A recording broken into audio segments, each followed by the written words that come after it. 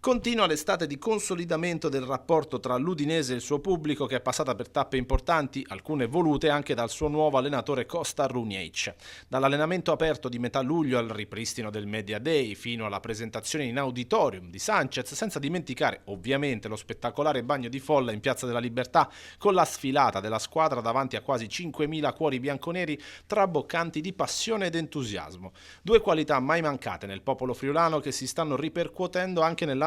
della campagna abbonamenti, non a caso prolungata fino al termine del mese di agosto, dopo le gare casalinghe contro Lazio e Como, in cui l'Udinese vuole tornare a sorridere tra le mura amiche, cosa fatta soltanto una volta lo scorso campionato 3-0 contro il Bologna. E per chi avrà la possibilità di recarsi all'Info Point e biglietteria della Curva Nord, aperta per informazioni e per sottoscrizione delle tessere di abbonamenti, avrà la fortuna di poter incontrare due giocatori della rosa di Kosta Runjaic. Nello specifico, mercoledì 21 agosto dalle 17.30 ci sarà la possibilità di incontrare Maduka Okoye e Jürgen Ekkelenkamp. Saranno il portiere nigeriano, fresco di rinnovo fino al 2028, e l'ultimo arrivato prima di Sanchez, l'olandese Ekkelenkamp, i protagonisti del pomeriggio a tinte bianconere, con possibilità di seguire anche l'evento da casa durante pomeriggio udinese su TV12. Per tutti i tifosi che potranno arrivare al Blue Energy Stadium sarà quindi l'occasione per portarsi a casa foto, selfie, autografi con i due campioni bianconeri, uno già protagonista affermato, Okoye, per info chiedere al Bologna, e l'altro in rampa di lancio con tanta voglia di dire la sua nel campionato italiano dopo essersi ritrovato da protagonista in Belgio con la maglia dell'Anversa,